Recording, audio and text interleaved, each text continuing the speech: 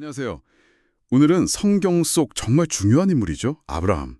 그의 삶의 마지막 장, 그리고 그가 남긴 유산에 대해 좀 더 깊이 파고들어 보려고 합니다. 네. 아브라함의 마지막은 참 많은 생각을 하게 만드는 부분이죠. 아브라함이 175세까지 살았다는 건 뭐 많이들 아시잖아요. 근데 흥미로운 건 성경이 단순히 그가 오래 살았다는 사실보다는 삶의 마지막을 어떻게 준비하고 또 맞이했는지 여기에 주목한다는 거예요. 맞아요. 그냥 오래 살았다. 이게 끝이 아니죠. 왜 그랬을까요? 오늘 저희는 권혁철 목사님의 창세기 25장 해설 자료를 좀 길잡이 삼아서요. 아브라함의 마지막 여정에 담긴 그 의미들을 하나하나 함께 풀어보겠습니다. 네, 좋습니다. 여러분 각자의 삶에 비추어서 이 이야기가 또 어떤 새로운 생각을 던져줄 수 있을지 같이 한번 탐색해 보시죠. 자, 그럼 먼저 아브라함이 죽음을 앞두고 어떤 준비들을 했는지부터 살펴볼까요? 그냥 가만히 기다린 게 아니라 꽤나 신중하게 움직였어요. 네, 그렇죠. 아들 이삭의 결혼 문제는 이미 앞선 이야기 창세기 24장에서 다뤘으니까 이건 넘어가고요. 또 다른 중요한 행보가 바로 사라가 죽은 후에 그두라라는 여인을 아내로 맞이한 일입니다. 네, 그두라. 아니 이 연세에 왜 또 결혼을 했을까요? 단순히 외로워서였을까요? 아니면 다른 이유가 있었을까요? 여기서 이제 그두라를 설명하는 그 히브리어 단어부터 좀 짚어볼 필요가 있을 것 같아요. 아, 원문에요? 네, 원문에서는 그냥 뭐 후처나 첩 이런 개념이 아니라 아내를 의미하는 이슈하라는 단어를 씁니다. 이슈하, 아내라는 뜻이군요. 네. 그러니까 이건 그냥 뭐 문거나 임시 관계가 아니라 정식적인 결혼 관계였다. 이걸 보여주는 거죠. 아브라함은 그드라를 통해서 무려 6명의 아들을 더 얻습니다. 6명이요? 와. 네, 시므란, 욕산, 무단, 미디안 뭐 이렇게 이름들이 쭉 나오는데 이들이 바로 그 미디안 족속을 비롯한 여러 아람 민족의 조상이 되는 거죠. 아, 그 미디안 족속이 여기서 나오는 거군요. 네. 이게 왜 중요하냐면요. 하나님께서 아브라함에게 하셨던 그 약속 있잖아요. 내가 너로 큰 민족을 이루게 하겠다. 또는 너로 말미암아 여러 민족이 나오리라 하신 그 약속이요. 네네, 있었죠? 우리가 보통 이삭을 통한 언약의 계승, 여기에만 좀 집중하기 쉬운데 그두라의 아들들을 통해서도 하나님의 그 약속이 더 넓은 차원에서 성취되고 있었다는 걸 보여주는 대목인 거예요. 아, 그러니까 이삭 라인만이 아니었군요. 그렇죠.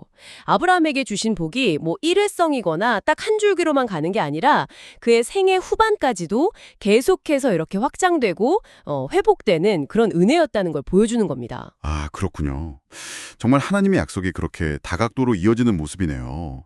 단순히 뭐 개인적인 결정이 아니라 더 큰 그림 속에서 이해하는 거군요. 맞습니다. 자, 그럼 아내를 맞이하는 것 외에 또 다른 중요한 준비가 있었을 텐데 아무래도 재산 문제 아니었을까요? 기록을 보면 아브라함이 자신의 모든 소유를 이삭에게 주었다 이렇게 명확히 하고 있거든요. 네, 맞아요.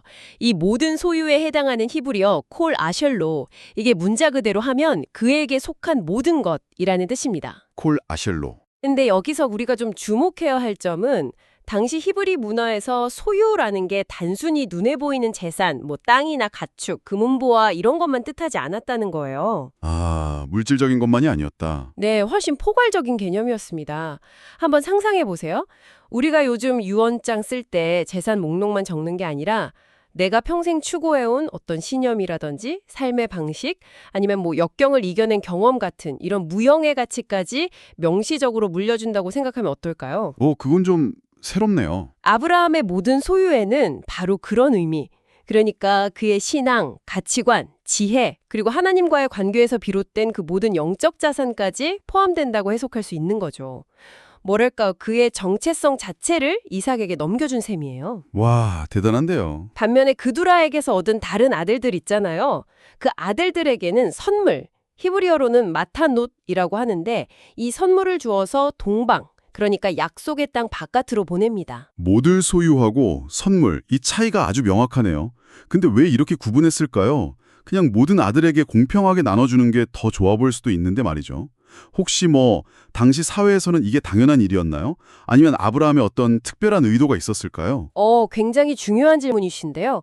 이게 단순한 뭐 차별이나 편애 이렇게 보기보다는 아브라함의 깊은 신앙적인 통찰하고 또 현설적인 지혜가 담긴 결정으로 봐야 할 것 같습니다. 크게 두 가지 그림을 볼 수 있어요. 네. 첫째는 하나님의 언약을 이어갈 유일한 상속자잖아요, 이삭이. 그 이삭의 위치를 명확히 하고 그가 약속의 땅인 가나안에 뿌리 내릴 수 있도록 보호하는 그런 장치였던 거죠. 아, 이삭을 보호하기 위해서. 네. 다른 형제들하고 있을 수 있는 어떤 잠재적인 갈등 요소 없이 이삭이 온전히 그 언약 계승자로서의 사명에 집중할 수 있는 환경을 만들어준 겁니다. 그렇군요.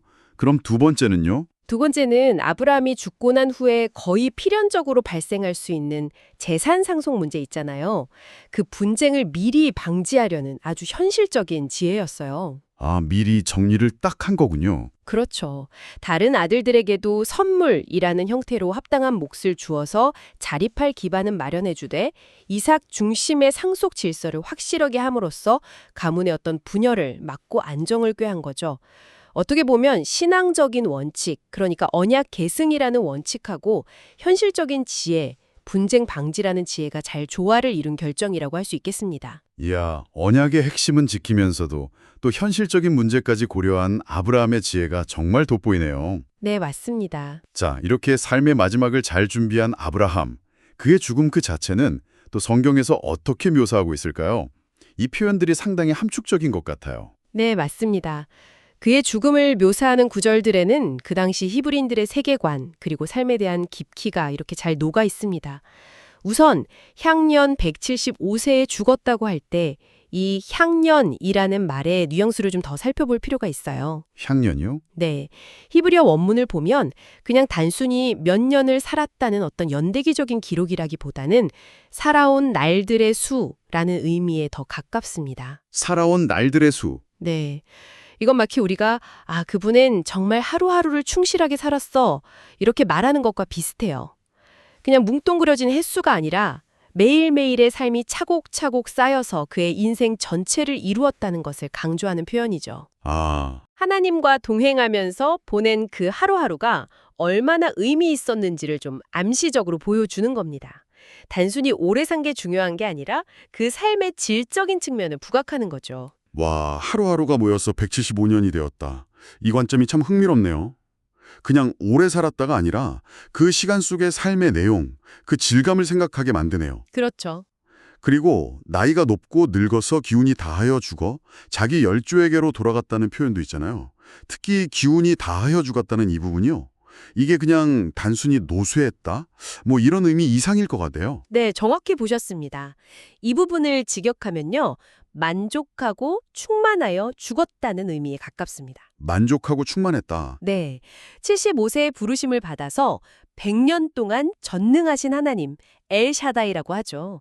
그 엘샤다이와 동행했던 그의 삶이 양적으로나 질적으로나 부족함 없이 정말 충만했고 또 스스로도 만족스러운 삶이었다는 것을 보여주는 아주 강력한 표현입니다. 뭐 후회나 아쉬움보다는 잘 완성되고 충만한 삶의 마무리였다는 걸 나타내는 거죠. 그의 삶 전체에 대한 아주 긍정적인 평가가 담겨 있다고 볼 수 있습니다. 이야, 여기에 더해서 당시 히브리인들의 죽음관을 이해하는 게 또 중요해요. 죽음관이요? 네. 그들에게 죽음은 완전한 끝, 뭐 소멸 이런 게 아니었습니다. 오히려 자기 열조에게로 돌아가는 것, 즉 조상들과 합류하고 하나님께로 돌아가는 과정, 어떻게 보면 새로운 시작으로 여겨졌어요. 끝이 아니라 돌아가는 거군요. 네, 육신의 죽음 이후에도 영적인 실존은 계속된다고 믿었기 때문에 죽음은 물론 슬프지만 일종의 안식이자 귀향으로 받아들여준 측면이 있습니다. 이게 딱 합쳐지니까 아브라함의 죽음이 뭐 비극적인 종말이라기보다는 정말 평온한 전환점처럼 느껴지네요. 맞습니다. 그런 뉘앙스죠. 그리고 그의 장래, 사라가 묻힌 그 막벨라 굴에 함께 묻히는 과정도 좀 의미심장해 보입니다. 왜 하필 그 장소였을까요? 네, 그 막벨라 굴 매장은 아주 중요한 상징성을 가지고 있습니다. 창세기 25장 9절을 보면 그의 아들들인 이삭하고 이스마엘이 함께 아브라함을 막벨라 굴에 장사 지내거든요. 이스마엘도 같이요? 네, 이 굴하고 밭은 아브라함이 아내 사라를 위해서 해쪽 히브에게 은 400세겔이라는 정당한 대가를 치르고 구매했던 땅입니다. 가나안 땅에서 유일하게 그의 소유권을 가진 땅이었죠. 유일한 소유지였군요. 그렇죠. 이걸 좀 더 넓은 맥락에서 보면요. 단순하게 묘지를 마련했다, 이걸 넘어서는 의미가 있습니다. 이건 하나님께서 자신과 또 후손들에게 주시기로 약속하신 그 가나안 땅 전체에 대한 아브라함의 흔들리지 않는 믿음의 선언과 같은 거예요. 아, 믿음의 표현이었군요. 네, 비록 자신은 평생 나그네처럼 살았지만 언젠가는 그의 후손들이 이 땅의 주인이 될 거라는 그 확신을 가지고 미래를 위한 첫 발판, 뭐랄까, 교두보를 확보한 행위였던 거죠.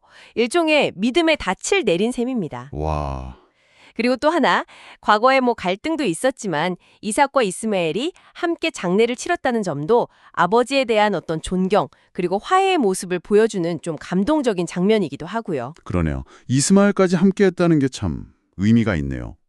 단순한 매장이 아니라 약속의 땅에 대한 믿음의 선포이자 미래 세대를 위한 투자였다. 정말 깊은 뜻이 담겨 있었군요. 네, 그런데 이야기는 여기서 끝나지 않습니다.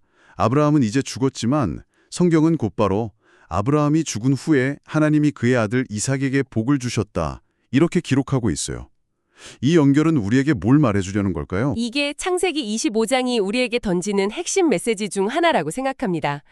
위대한 믿음의 조상 아브라함은 세상을 떠났지만 그가 믿었던 하나님은 여전히 살아계셔서 그분의 약속을 신실하게 이어가신다는 것을 아주 명확하게 보여주는 거죠. 아, 하나님은 계속 일하신다. 네, 하나님의 역사는 한 개인의 생사에 묶이지 않는다는 겁니다. 아브라함에게 하셨던 그 약속과 축복이 이제 그의 아들 이삭에게로 자연스럽게 흘러가고 있음을 확인시켜주는 거죠. 그러니까 이게 어떤 인간 영웅의 이야기가 아니라 신실하신 하나님의 이야기임을 강조하는 것입니다. 아, 그렇군요. 아브라함 개인의 위대함 이것도 물론 중요하지만 그를 떠나보낸 후에도 변함없이 일하시는 그 하나님의 신실하심이 더 부각되는 거네요. 맞습니다. 초점은 하나님께 있는 거죠. 그러고 보니 이삭이 그 후에 부엘라 헤로이 근처에 거주했다는 기록이 나오는데 이 지명에도 뭔가 좀 특별한 의미가 숨어 있을 것 같아요. 네, 두엘라 헤로이. 이거 아주 의미심장한 이름입니다.